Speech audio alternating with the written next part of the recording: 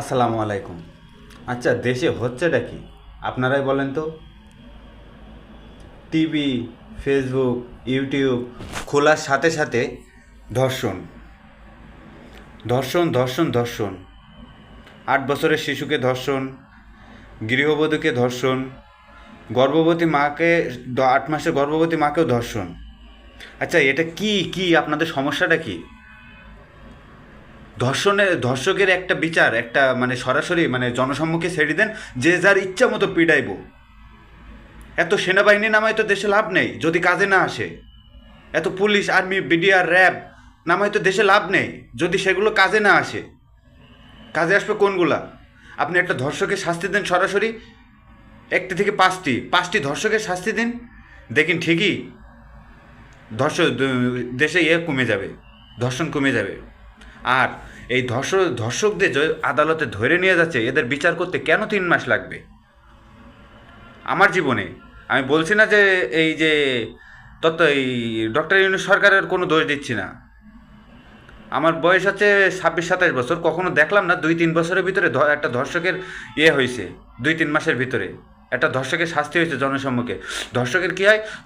ধর্ষণ করার পরে ওদেরকে ধরে নিয়ে যায়, ধরে নিয়ে যাওয়ার পরে 2-3 মাস জেল খাটায়, পরে ক্ষমতার বলে হোক, টাকার বলে হোক, কিংবা অন্য কিছুর বিনিময়ে হোক, এগুলোকে আবার বের করে আয়। তারা ফের কি করে? আবার ধর্ষণ করে। তারা কিভাবে জানেন? যে শাস্তি তো 2-3 মাস, তো অত টেনশন করে লাভ নেই তো। একটা করবো, 3 মাস জেল খাটবো, আবার এসে আবার করবো, ধর্ষণ করবো। আর ধর্ষকের বিরুদ্ধে, ধর্ষকের পক্ষ হয়ে যে উকিল, ধর্ষকের হয়ে যে উকিল মামলা লড়বে, সেই উকিলেরও চিনে রাখুন, সেই উকিলেরও জনসম্মুখে ধর্ষকের ওপরের বিচার জন্য সেই উকিল পায়। আপনারা তো কেউ না কেউ জানবেন, আপনাদের এলাকায় মনে করেন একটা ছেলে ধর্ষণ করছে, এখন সেই ছেলেটার জামিন নেওয়ার জন্য কোন উকিল ওর পিছনে দাঁড়াইছে সেটা তো জানবেন। ধরতাকটা মার বেড়ে করে ডাইরেক্ট খালাস করে দেবেন, বিচার পরে হবে। ভাই এটা কি ভাই? এটা বাংলাদেশ, দিস ইজ বাংলাদেশ। এরকম হইতে পারে না ভাই।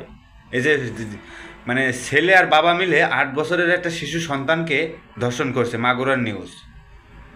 গর্ভবতী মাকে ধর্ষণ করছে। এটা কি রে ভাই? এটা কি? তোরা কি চাইস বল দিন ভাই? 300 টাকা দিলে তো তোরা পতিতালয়ে যাইতে পারোস। তোদের বিরুদ্ধে কঠোর অভিযান শুরু করা উচিত। আমি এই বর্তমান সরকারের বলবো যে আপনারা কঠিনভাবে, কঠিন থেকে কঠিন হন, বিশেষ করে ধর্ষকদের উপর, যারা ধর্ষণ করে। এতে করে দেশের বদনাম হচ্ছে, জাতির বদনাম হচ্ছে, সমাজের বদনাম হচ্ছে, সব জায়গায় সব কিছুই ক্ষতির সম্মুখীন হচ্ছে। তাই দয়া করে আল্লাহর রাস্তে ধর্ষকের বিচার মিনিমাম 5 থেকে 10 জনের আপনি জনসম্মুখে করেন, ফাঁসি দেন, কিংবা পাথর নিক্ষেপ করেন, দেখেন সব ঠিক হয়ে যাবে ভাই। কান টানলে মাথা আসে। একটা করেন, একটা করে দেখেন। এখন তো প্রতিদিন 2-3টা করে নিউজ হয়, একটা করে দেখেন মাসে একটা নিউজ হয় কিনা ধর্ষকের হয়ে। তাই বলতেছে। আর ভাই ধর্ষক তোরা কিভাবে করিস? তোদের ঘরে কি মা বোন নাই ভাই?